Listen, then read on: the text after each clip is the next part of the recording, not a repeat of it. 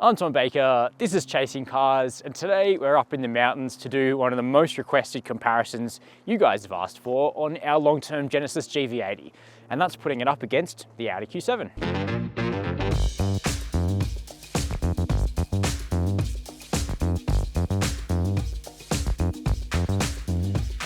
Now, if you're a subscriber to Chasing Cars, you'll know that I've been running this grey Genesis GV80 for about 6 months, and I've put around 10,000 kilometers on the car so far. And we've been putting it up in comparisons against its chief rivals for the last few months to see whether this Korean luxury brand actually has the chops to take on the establishment.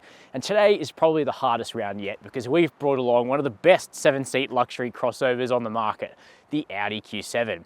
Now, this is only the second generation Q7, but it feels like it's been around forever because it was one of the originators of this well-sized 7-seat luxury SUV concept here in Australia. Now, the Q7 I've brought along here is a bit of a hark back to the original car, because under this attractive Navara blue bonnet is a petrol engine, a 3-litre V6 turbo with a 48-volt system that's actually remarkably economical.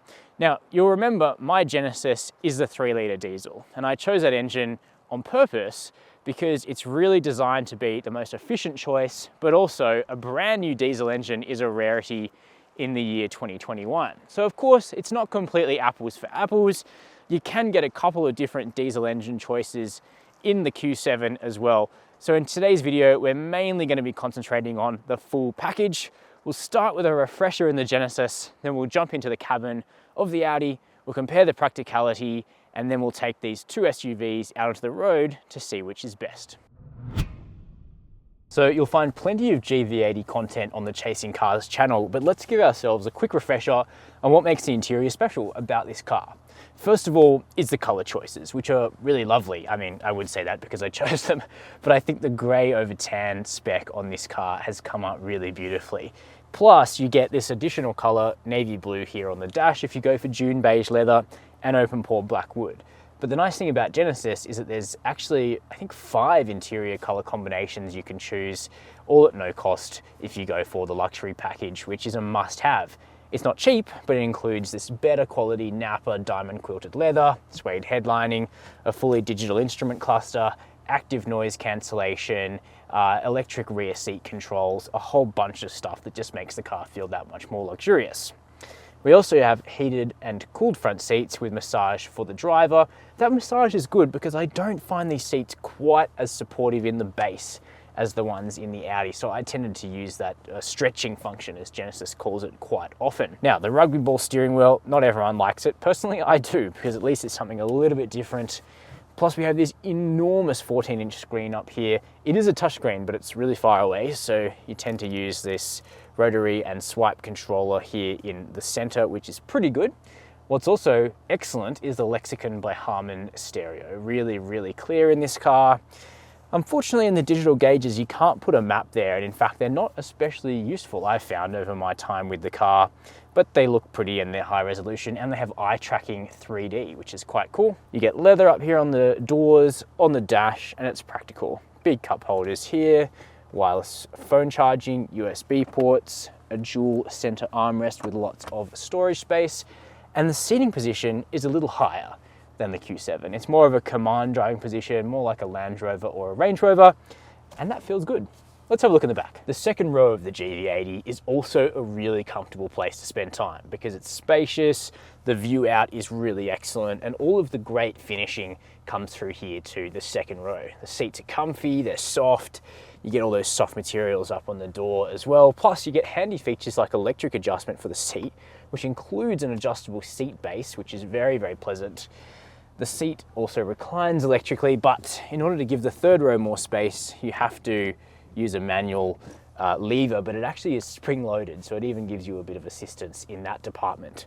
I would say that out of the two, the back seat is a little bit more palatial in the GV80, so you might think, well, this could be a good chauffeur-driven car, but unlike Audi, which has a 3-year unlimited kilometre warranty for commercial use, the commercial warranty on the GV80 is 5 years with 160,000 kilometres. And somebody pointed that out in the comments to me, something I wouldn't usually think of, but if that's the area you're in, it might be relevant. However, you should note that if you're buying the GV80 privately, it gets a 5-year unlimited kilometre warranty. So there you go. Now, we do have air vents back here. We've got a separate fan zone, separate temperature, heated and cooled rear seats because I went for the luxury package. Plus, we get electric sun blinds as well in the back to keep sun off the faces of little ones. Additionally, solid flip down armrest, cup holders there, plush carpeting, 2 more USB ports and a 12-volt socket. Plus controls on the front passenger seat, so you can move that from right here in the back. So very, very complete. Jumping into the cabin of the Q7, it's a little more restrained and conservative, but partially that's because this test car has been specified conservatively to start with. It has the black pack outside, and we have black Nappa leather inside paired to aluminium trim. So it's quite cold, quite Teutonic, but you can option Q7s with brighter and more interesting interiors if you so choose. But it is nice to, of course, have that choice. Now, the Q7 gets a lot right inside. Firstly, the ergonomics are really great. Everything falls pretty much right to hand, from this charming perforated S Line steering wheel to the new infotainment, the virtual cockpit. It all feels pretty much where you would expect to find everything. Now, if you've been a subscriber, you'll know that I have complained long-term about Audi removing the rotary MMI controller from their cars, and I still think I'm right about that. But what I will say is, at least the touchscreens that Audi have put into their new vehicles are responsive, crisp, high-res, bright, and the touch targets are very large, so it is hard to get it wrong, even if a rotary dial would still be preferable. Now, we have Google Maps integration with satellite thanks to this car's included 4G connection, which you get 3 years of included data for. That means you can put a satellite map in front of you, which is like a sixth sense compared to driving the GV80. It's just great to be able to see the road layouts, shortcuts, etc. sitting right in front of you. You can also do nav and media and stuff through this screen here. You get wireless CarPlay, which you don't get on the GV80, and you have a climate control panel down here. Important to note though that you don't get seat cooling on the Q7, which would make this black interior pretty toasty in summer. But today it is genuinely freezing, so just having seat heating is all I need right now. Plus the steering wheel heating, just like in the Genesis, works well. In terms of practicality, it's perhaps not quite at the same level. The cup holders are a bit more pokey. There's not as much storage in between the seats under this armrest, though there is a really good wireless phone charger where your phone stays there and stays charging, which isn't a given on cars at the moment. And also the secondary materials are not quite at the same level as the Genesis. We have this molded plastic, soft plastic, dashboard and on the doors. You can option an extended leather package on the Q7, which converts that to soft stitch leather. That's something I would do if you're going to keep the car long term. But at this price, I think that really should be standard to match a GV80 with the luxury package. So up front, I really like the Q7. I think it's luxurious, but it's definitely not quite as plush or as out there design-wise as the GV80, so it kind of comes down to personal taste.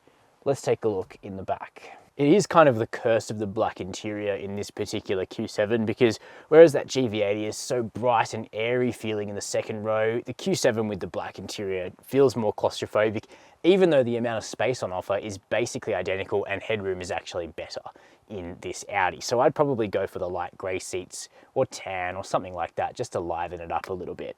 However, there are a number of things that are impressive about the second row of the Audi, and the first one is that each of these 3 seats are actually just that, individual seats. While there is a bit of a hump in the floor in the middle, the seat is almost as wide as the ones on the outboard, and there's also additional Isofix fittings in there. That combined with the sheer width of the Q7 means that if you've come in for triplets, you'll be able to seat them aside in this car, or if you have other need for 3 baby seats. Or of course, you can put one in the middle while using the curbside seat to access the third row. Also very convenient. So what I mean is they slide and they recline individually, these seats. We also get air vents here. We get separate fan and temperature zones for both outboard seats, but we don't have seat heating on this particular car. What we have in an absolute throwback is ashtrays for both of the outboard passengers, so go for your life, I suppose. We've got map pockets, we've got a flip down armrest with cup holders. Not as nice an item as that in the GV80, it must be said. And while the materials are soft, it's not exactly leather lined, but we do get some extra air vents, and as I said, headroom, great, legroom, good, tow room, even better than in the Genesis as well. So all in all, it's pretty roomy. Now, we've already seen that the Q7 has a more usable third row seat for adults or taller teenagers, and that's largely because of that conventional roofline you get in this car. But that also impacts boot space, which is better in the Q7 overall. Now, just like the Genesis GV80, we do have electric controls for the third row seats, but we additionally have a nice feature in that you can raise and lower the rear end of the car to make loading a bit more simple, and that's because we have air suspension. But like the GV80, there's no spare on board this car, so you have to be a little bit mindful in country touring of the bumps that you hit or don't.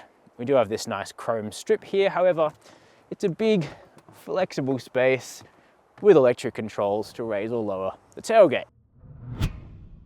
Now, let's head on over to the GV80, which, as you'll recall, is in my chosen grey, Himalayan grey colour, which looks pretty tidy. And we find, again, a big boot. Now, the third row was a little more constricted for headspace for people who are taller, but when you have all of those third row seats down, the boot itself is still reasonably large, though the aperture is a bit narrower than on the Audi. Again, we have this finisher, and in a really nice note of attention to detail, the blue carpeting and blue trim from inside the car continues here in the boot, and we have this protective mat for the underfloor storage, which again does not have a spare, but it does have a storage spot for the cargo blind, much like the Audi. And we do have the controls here to raise and lower that third row. So all quite simple and all quite similar between the two cars. The Audi just takes the gong for having a little bit more space. Next up, let's go for a drive. But just before we head out on the road, let's talk about running costs, which are going to be a little bit higher on the Audi, mainly because Genesis are using a package of inclusions as a way to lure in buyers to their brand. Audi doesn't need to do that as much, so they're not quite as generous. First up, insurance. In the last 12 months, the median budget direct customer paid $1,590 to comprehensively insure a new Audi Q7. Of course, everybody's situation varies, and your premium will vary based on factors insurers take into account, including where you live, your driving history, who drives the car, how you garage the car, etc. Now, in terms of servicing, Audi provides 5-year service plans that you can buy up front to lower the cost, and I'll pop that up on screen here once I have confirmation of what the 55 TFSI petrol costs, but it certainly is a discount compared to paying over the counter. In terms of fuel consumption, the petrol isn't as bad as you might expect. On the highway, it'll do about 7.5 to 8 litres per 100 kilometres, and in grand touring like we've been doing today, 10 litres per 100 k's is achievable, while in town, expect to see around 12 litres per 100 kilometres, largely thanks to that 48-volt mild hybrid system.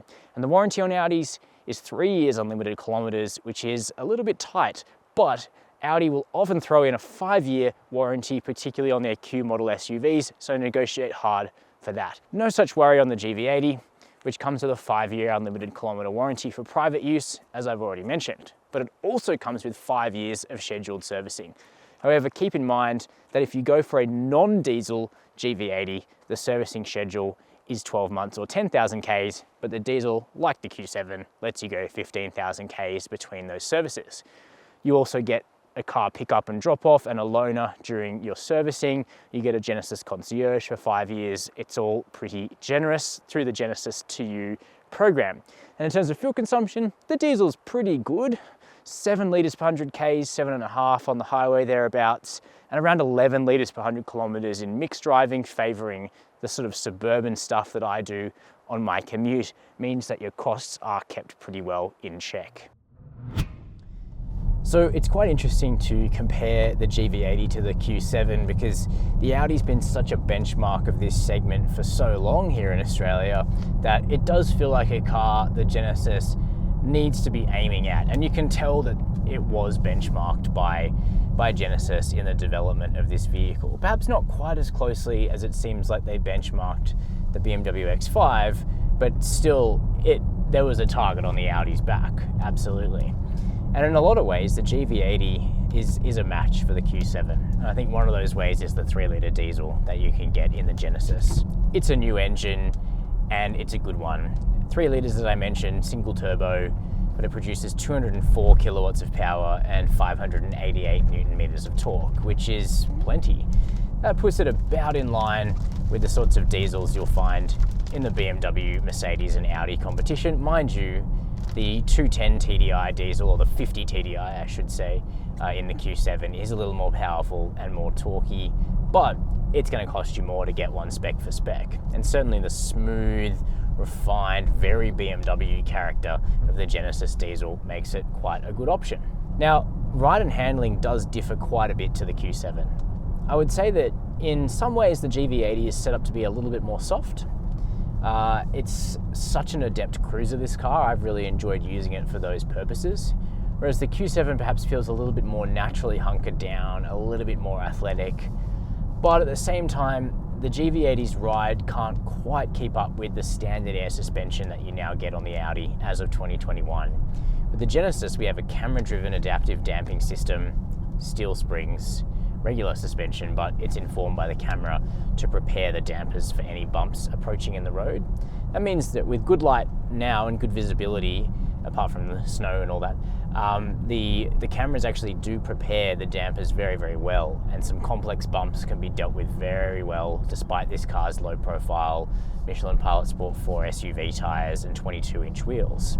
However, when the visibility's crap or it's really dark at night, actually sometimes a bump cannot be detected properly and can cause a little bit of a crashy sensation, but that's rare. Refinement is generally good, particularly in terms of engine noise. Coarse chip roads can get a little rowdier in the Genesis than the Audi, but it is splitting hairs.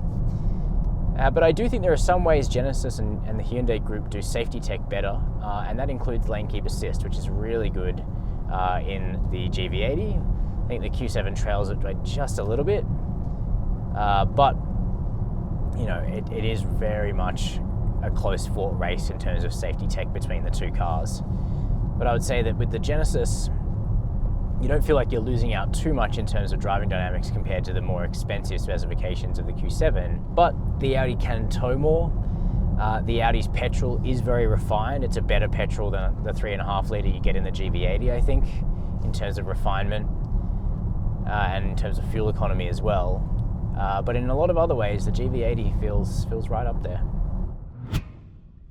So then, how does one of the originators of the luxury 7-seat SUV segment in Australia compare to the Genesis GV80? In some ways, it's kind of like established model meets the very enthusiastic newcomer.